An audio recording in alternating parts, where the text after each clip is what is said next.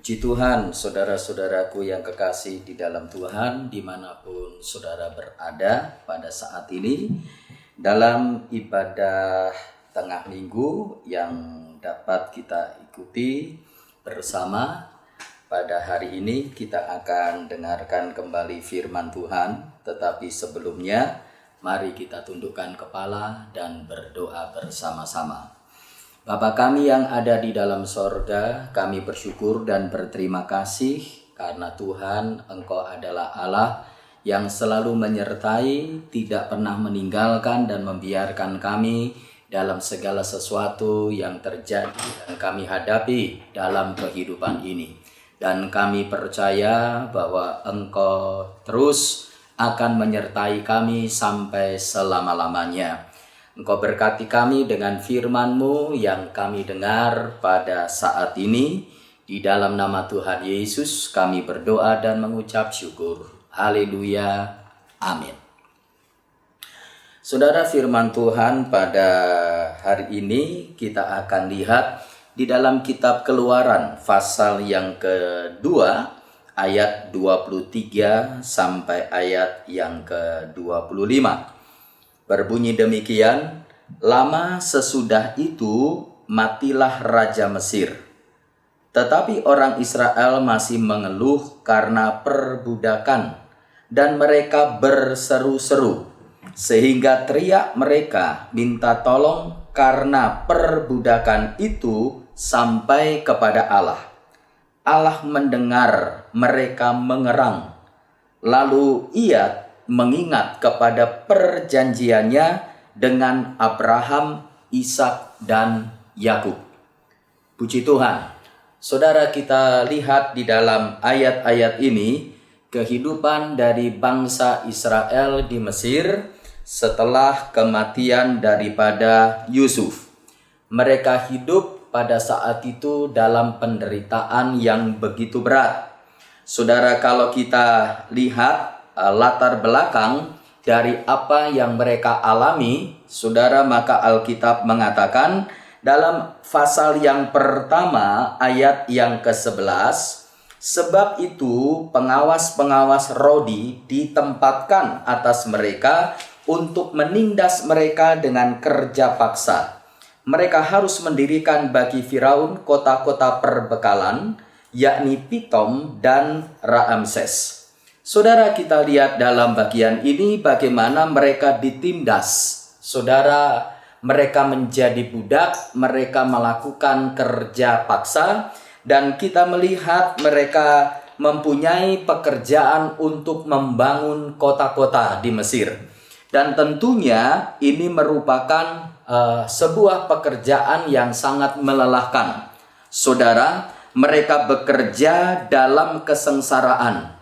Mereka dipaksa untuk bekerja.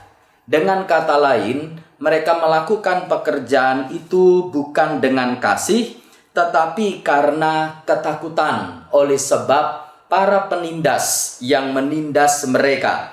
Para pengawas Rodi, saudara, yang menindas mereka dengan kerja paksa. Dan ini yang mereka alami dalam kehidupan mereka.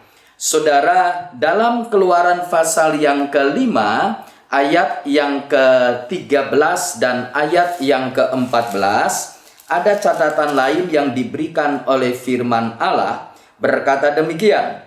Dan pengerah-pengerah itu mendesak mereka dengan berkata, selesaikan pekerjaanmu, yaitu tugas sehari-hari, seperti pada waktu ada jerami. Lalu pengerah-pengerah Firaun memukul mandur-mandur Israel yang mereka angkat sambil bertanya, mengapakah kamu pada hari ini tidak menyelesaikan jumlah batu bata yang harus kamu buat seperti kemarin?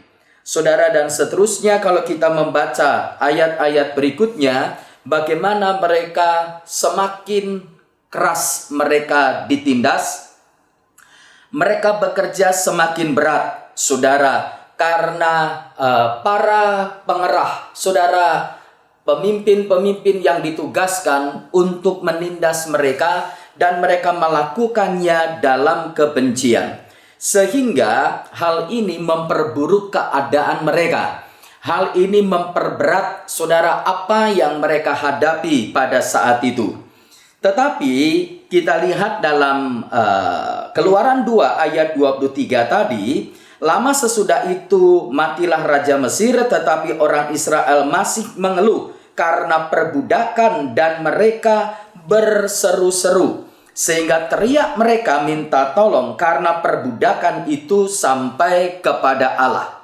Saudara, Alkitab mencatat dalam bagian ini penderitaan yang mereka alami dalam hidup mereka ini, saudara, mulai membangkitkan sebuah keinginan, sebuah kerinduan untuk kelepasan, saudara, untuk kebebasan. Dan kalau kita melihat dalam Alkitab dan juga dalam kehidupan manusia pada umumnya, maka kesesakan sering membawa orang untuk mencari Tuhan dengan sungguh-sungguh. Penderitaan kesesakan itu dapat terjadi dengan berbagai sebab. Dapat terjadi dengan berbagai masalah yang timbul yang membuat seorang alami kesukaran, seorang alami penderitaan, saudara. Dan kita melihat seringkali kesesakan ini, saudara, mendatangkan hal yang baik, termasuk dalam kehidupan umat Tuhan, dalam kehidupan orang percaya. Saudara, dalam surat 2 Korintus pasal yang pertama, ayat yang ke-8 dan ayat yang ke-9, 2 Korintus pasal yang pertama, ayat 8 dan ayat yang ke-9, pengalaman yang dialami oleh Paulus berkata demikian. Sebab kami mau, saudara-saudara, supaya kamu tahu akan penderitaan yang kami alami di Asia Kecil. Beban yang ditanggungkan atas kami adalah begitu besar dan begitu berat, sehingga kami telah putus asa juga akan hidup kami. Bahkan kami merasa seolah-olah kami telah dijatuhi hukuman mati. Tetapi hal itu terjadi supaya kami jangan menaruh kepercayaan pada diri kami sendiri, tetapi hanya kepada Allah yang membangkitkan orang-orang mati. Dari kematian yang begitu ngeri, Ia telah dan akan menyelamatkan kami. Kepadanya kami menaruh pengharapan kami bahwa Ia akan menyelamatkan kami lagi. Saudara, Paulus pun sebagai seorang rasul, sebagai seorang pelayan, saudara daripada Tuhan, dia mengalami masalah, dia mengalami persoalan, dia mengalami beban yang berat dalam kehidupannya. Saudara, dan kita melihat Paulus berkata sampai beban yang ditanggungkan atas kami adalah begitu besar dan begitu berat, sehingga kami telah putus asa juga akan hidup kami. Saudara, betapa beratnya beban tanggungan yang dialami oleh Paulus ini, sampai dia berkata kami pun telah putus asa juga akan hidup ini. Putus asa ini mempunyai arti, saudara, seperti habislah aku, celakalah aku, matilah aku, sudah selesai. Karena beban yang berat, karena masalah, karena persoalan yang dialami. Saudara, dalam bagian ini kita perhatikan kesukaran, penderitaan terjadi. Tetapi ayat yang ke-9 berkata, bahkan kami merasa seolah-olah kami telah dijatuhi hukuman mati. Tetapi hal itu terjadi supaya kami jangan menaruh kepercayaan pada diri kami sendiri, tetapi hanya kepada Allah yang membangkitkan orang-orang mati. Jadi kita melihat, saudara, dalam bagian ini bagaimana Tuhan menghendaki dalam kehidupan orang percaya, di tengah-tengah segala sesuatu yang terjadi dan dihadapi, saudara datang kepada Tuhan, berseru kepada Tuhan, bersandar kepada Tuhan. Dan Alkitab pun, saudara, dalam 2 Timotius pasal yang ketiga ayat yang pertama berkata demikian, ketahuilah bahwa pada hari-hari terakhir akan datang masa yang sukar. Pada hari-hari terakhir akan datang masa yang sukar. Saudara, kesukaran dapat terjadi, saudara, dengan banyak hal, dengan banyak sebab, seperti yang dialami oleh bangsa Israel, seperti yang dialami oleh Paulus, dan karena keadaan zaman sekarang ini, Alkitab pun sudah mengatakan pada hari-hari terakhir akan datang masa yang sukar. Masa yang sukar, saudara, masalah yang dihadapi, tekanan, tindasan, bencana, saudara, dapat melatar belakangi, saudara, penderitaan itu terjadi dalam kehidupan kita.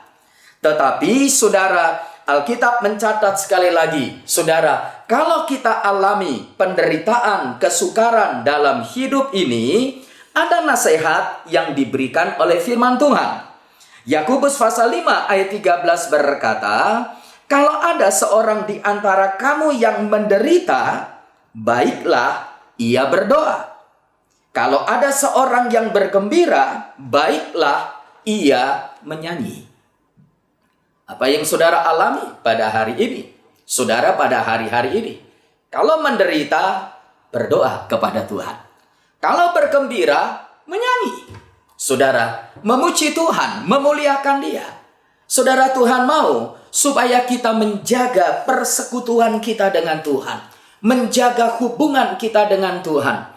Dengan kata lain, saudara, dalam segala keadaan, dalam segala waktu, Tuhan mau kita bersandar kepadanya. Tuhan mau kita dekat dengan Dia. Tuhan mau kita menjaga persekutuan kita dengan Dia. Tuhan mau kita menaruh perhatian terhadap persekutuan kita kepada Tuhan. Tuhan mau kita menaruh perhatian terhadap perkara-perkara rohani lebih daripada perkara-perkara duniawi. Saudara, sekalipun penderitaan itu membuat seringkali orang mencari Tuhan dengan sungguh-sungguh, tetapi kiranya sebagai anak-anak Tuhan, saudara, bukan saat kita mengalami kesukaran penderitaan, baru kita sungguh-sungguh cari Tuhan. Bukan saat itu kita dekat dengan Tuhan atau lari dari Tuhan. Tetapi kiranya dalam perjalanan hidup kita setiap hari, saudara, kita menjadi anak-anak Tuhan yang selalu mengandalkan Tuhan, yang selalu dekat dengan Tuhan, yang selalu menaruh harap kita kepada Tuhan. Sebab Dia yang terbaik dalam segala sesuatu, Dia terbaik untuk selama-lamanya. Tuhan memberkati. Dan mari, saudara-saudaraku yang kekasih, pada saat ini sebelum kita akhiri, kita berdoa dulu bersama-sama. Ada permohonan, ada doa, ada seruan kepada Tuhan, ada kerinduan. Mari pada hari ini kita berseru kepada Tuhan. Kita berdoa kepada Tuhan. Bapa kami yang ada di dalam sorga, kami percaya Engkau ada bersama-sama dengan kami. Dan kami percaya Tuhan, Engkau selalu menjadi Tuhan yang akan mendengar dan menjawab doa kami. Ulurkan tangan-Mu, Tuhan Yesus, dan jamah setiap anak-anak-Mu, setiap kami yang berseru berdoa kepadamu. Dalam segala permohonan, permintaan, kerinduan, doa, keinginan yang kami naikkan kepadamu, kami tahu Engkau Tuhan yang Maha Kuasa, yang sanggup menjawab segala-galanya. Oleh sebab itu kami berdoa di dalam nama Tuhan Yesus Kristus. Nyatakan kuasa dan pertolongan-Mu. Kami bersukacita di dalam Engkau, dan Engkau meteraikan firman-Mu dalam hidup kami, supaya dalam segala keadaan dalam perjalanan hidup ini, kami selalu dekat kepadamu, kami selalu memuliakan Engkau, bersekutu dengan Engkau, menaruh selalu perhatian kami yang terutama dalam persekutuan kami dengan Engkau. Sebab itulah yang Engkau kehendaki untuk kami alami, kami lakukan dalam kehidupan kami. Di dalam nama Tuhan Yesus Kristus kami berdoa dan mengucap syukur. Haleluya. Amin.